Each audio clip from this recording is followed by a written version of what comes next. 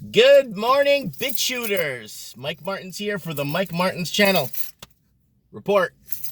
Just on my way, dropped off a pile of mail. I'm gonna pick up some morning coffee with Mike, and I'm gonna pick up some gas. I'm gonna go visit Daddy later in the hospital. And he's got a microsurgery to go through today. Saw him on camera yesterday. He looking good. Hopefully they could do something for him. Still sick. A lot of people are asking, and a lot of people are praying for him. I really appreciate that very much.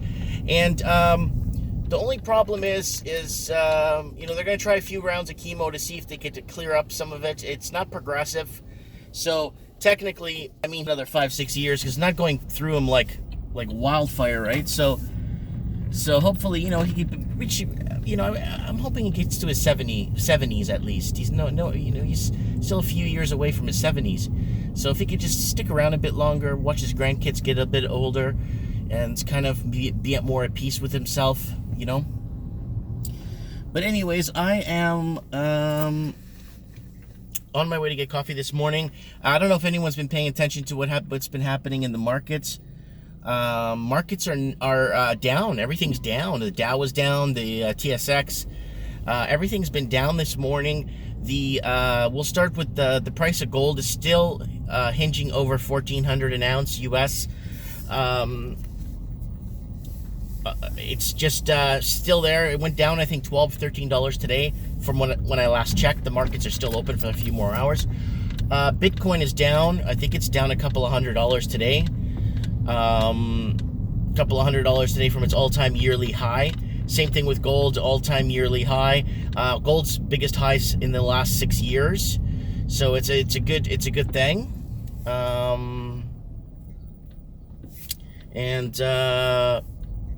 Canadian dollar sitting at 76 cents, hinging at 76, almost pushing 77, which is a good thing for Canada. Getting a stronger dollar is always the way to go. But yeah, let's talk about what's happening here with the first-time home buyer loans. This is kind of important. I brought it up yesterday on Trends in the Housing Market. This is very important for the first-time home buyer loans. They are basing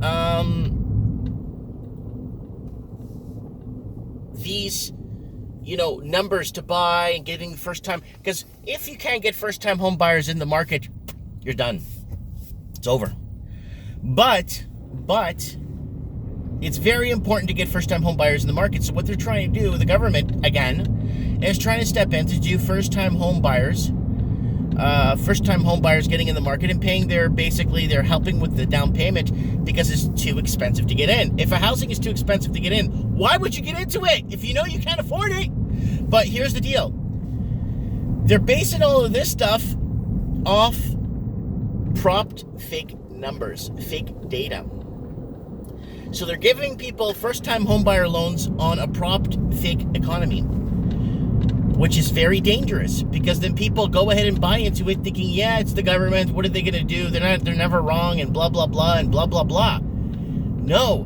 When you're taking out something like that you got to pay back to the government of Canada because you can't get into the housing market because we sold out and we have I don't know how many $1 billion of laundered money, and you are agreeing that this is okay, and then you're going to go ahead and take a first-time home buyer's loan. Yeah, they did it in Australia. They've been doing it in Australia again. They did it in New Zealand. They did it everywhere to get the fresh blood into the markets.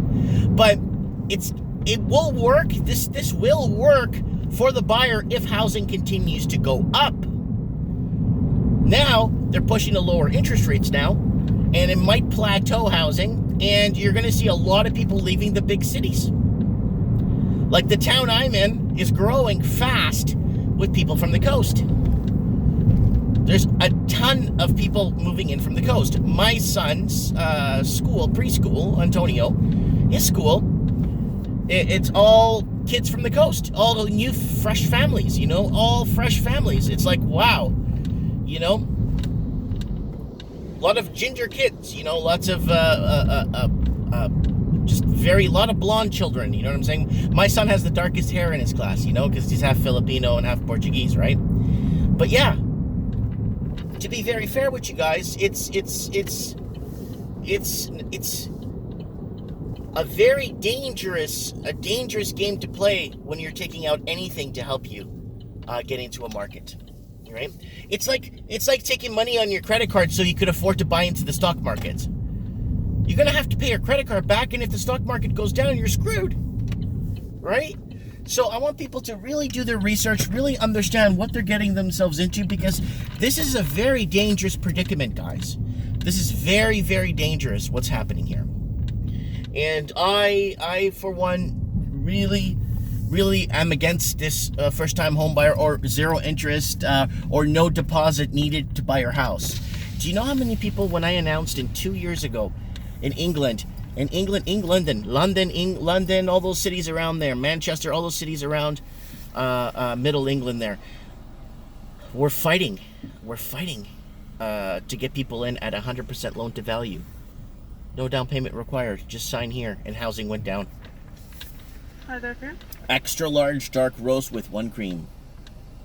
Sure. Anything else? That's it. Thank you. Thank you.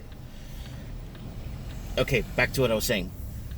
Okay, so a lot of people in London lost their shirts in the London area because London was in desperate need 2 years ago to buy first time loan buyers or first time home buyers. So what they did was, first time loaners. That's exactly what it is.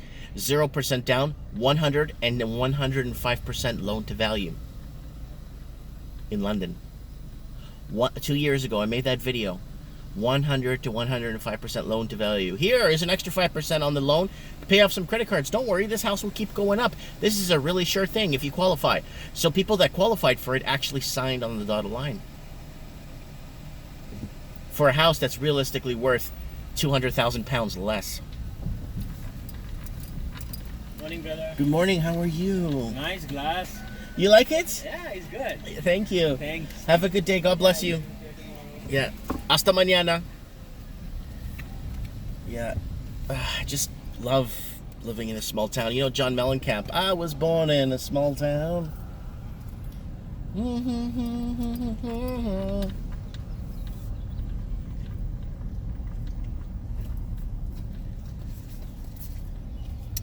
Yeah.